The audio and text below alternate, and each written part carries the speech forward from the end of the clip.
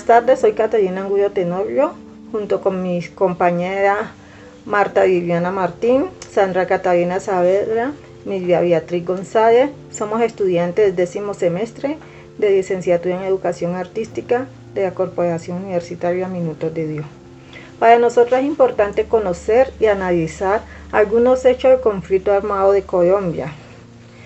De qué manera han afectado a algunas regiones del país y su población, y en qué forma como ciudadanas podemos aportar con hechos de paz para que no haya olvido y repetición de tales eventos tan crueles. Hemos escogido dentro de las memorias del conflicto armado de Colombia la tragedia de El Salado, masacre que ocurrió en la zona de los Montes de María, donde en total se registraron 42 masacres, generando 354 víctimas fatales.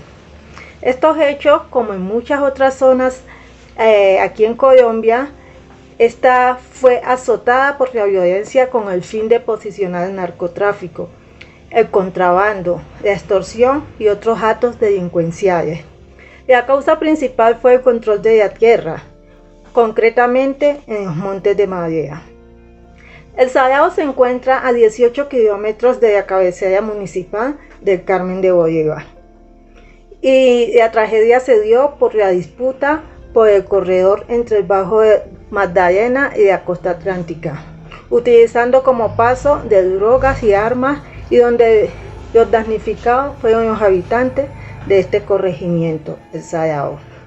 Esta masacre es una de las más atroces del conflicto contemporáneo en Colombia, ocurrida entre el 16 y 21 de febrero del año 2000 por grupos armados, dando de muerte a personas inocentes e indefensas. Fue uno de los eventos violentos más sangrientos perpetrados en la historia de Colombia entre 1999 y 2001.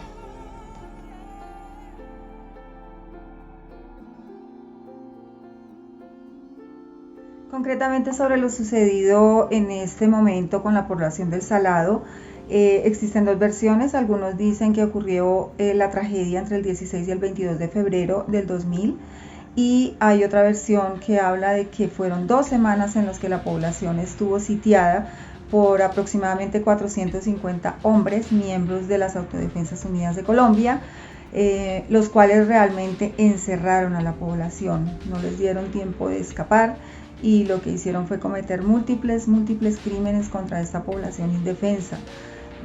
Entre ellos se habla oficialmente de aproximadamente 60-65 asesinatos, pero extraoficialmente se dice que fueron más de 100 asesinatos cometidos.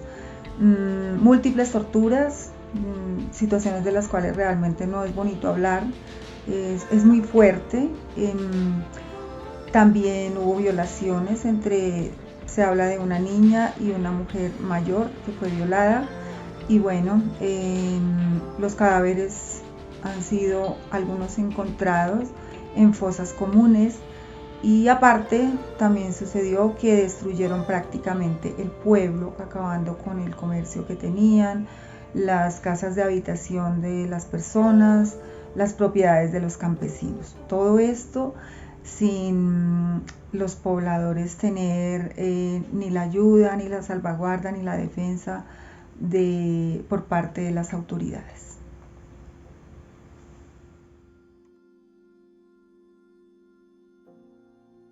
Aunque la policía y las fuerzas militares hicieron presencia después de algunos hechos ocurridos en enero de ese mismo año en la zona, eso no fue impedimento para que las autodefensas avanzaran sobre el Salado. Y allí mismo por detrás pues también iban otras fuerzas guerrilleras, y pues también hubo combates entre ellos, los cuales se fueron exterminando unos a otros, y gracias a la ayuda de un helicóptero pues el pie de fuerza fue grandísimo y el combate se hizo mucho más grande, como siempre quedando en el centro la población civil, que es la más afectada siempre en este tipo de hechos. Desafortunadamente, debido a todos estos hechos, la población sufrió el desplazamiento. Los que quedaron vivos fueron desplazados y tuvieron que irse a vivir hacia pueblos costeros, entrar en la pobreza extrema, en la mendicidad, perder sus tierras, dejar de hacer lo que ellos sabían hacer porque era una población agrícola y bueno, sufrir todas las calamidades que sufre el pueblo cuando tiene que salir huyendo de sus tierras a causa de la violencia.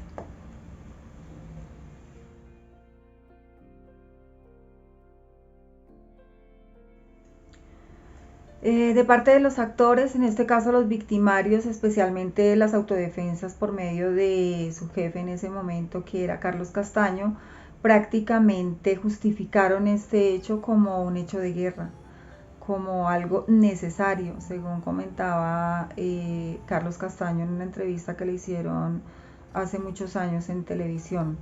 Y pues desconociendo realmente el dolor que causaron, la desolación, la cantidad de muertes, desaparecidos, ese trauma que se le ha causado a esta población, inclusive en una carta que las víctimas le enviaron al ministro de Defensa de la época, le pedían ayuda, salvaguarda para poder regresar a sus tierras. Ellos solamente pedían esto porque realmente estaban cansados de ser estigmatizados, primero como guerrilleros y después como personas sin tierra, ¿no? Como estas personas desplazadas a las que se les mira con desconfianza, a las que se les mira como delincuentes y el resto de nosotros desconociendo las causas de por qué estas personas están fuera de su tierra.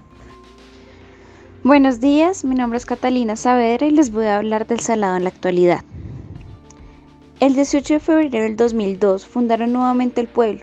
A partir de ese punto se fueron estableciendo más familias, se organizaron los barrios, el colegio y la escuela, y asimismo el Estado hizo presencia de diferentes formas, inicialmente mediante el establecimiento de tropas del Ejército y la Infantería de Marina, luego con instituciones tales como el Centro Nacional de Memoria Histórica y por último la Fundación Semana.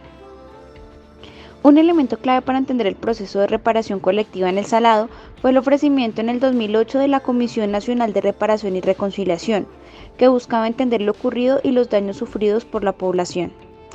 Todas las afecciones se resumieron en 5 elementos claves que sirvieron de insumo para la posterior creación y puesta en marcha de los artículos 151 y 152 de la Ley 1448 del 2011, en los que se establece la importancia de la reparación colectiva para las víctimas del conflicto armado.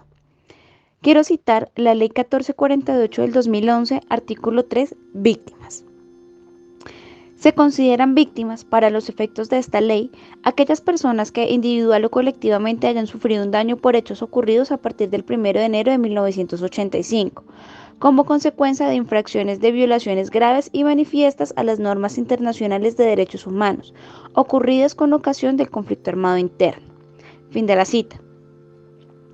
Todo esto nos lleva a pensar en las maneras como la población desde hace al menos 20 años decidió hacerle frente a la violencia que los aquejaba y retornar nuevamente a su pueblo.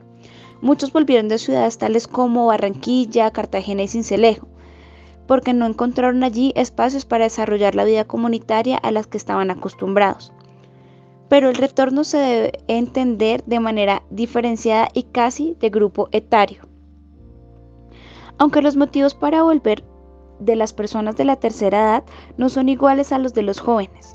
El nuevo desplazamiento que ahora en la actualidad se ve en el Salado se da por razones como el desempleo y la falta de oportunidades, y esto implica en la población una serie de nuevos retos. En muchos sectores del territorio nacional ha sido predominante la violencia. El conflicto de intereses y la búsqueda del bien particular, la desigualdad, la pobreza y la ignorancia aumentan las problemáticas sociales y alimentan la violencia que busca fortalecerse de la necesidad y deseo de sobrevivir de quienes padecen en estos territorios. Cabe aclarar que en este video o lo aquí contado es dicho bajo la investigación de estudios, relatos y búsquedas que se han realizado, documentales que se han producido y espacios que han surgido en la búsqueda de alzar la voz por comunidades que han sido silenciadas de todas las maneras. Por otro lado, hablamos desde la comodidad de nuestros entornos, en donde somos tocados por la violencia pero de distinta manera. Todos sufrimos guerras que son diferentes, pero es innegable que este conflicto solo nos toca desde el impacto que puede generar en nosotros la noticia.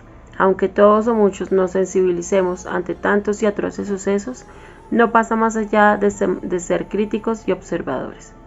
Por todo esto, se nos invitaría a seguir creando conciencia, a generar en los otros más sensibilidad, a tomar la responsabilidad social y democrática de no favorecer la corrupción y de saber interpretar los intereses de quienes solo quieren beneficiarse pasando por encima de la vida y la dignidad de sus compatriotas. Alzar la voz ante gobiernos indolentes que permiten que sus comunidades sufran el dolor de la guerra. Pero además impedir el favorecimiento de la guerra desde lo personal, lo individual. Es desde la familia donde se debe sembrar sentimientos de paz, empatía y bienestar general, en búsqueda de desarrollo y una vida en libertad y para un progreso colectivo.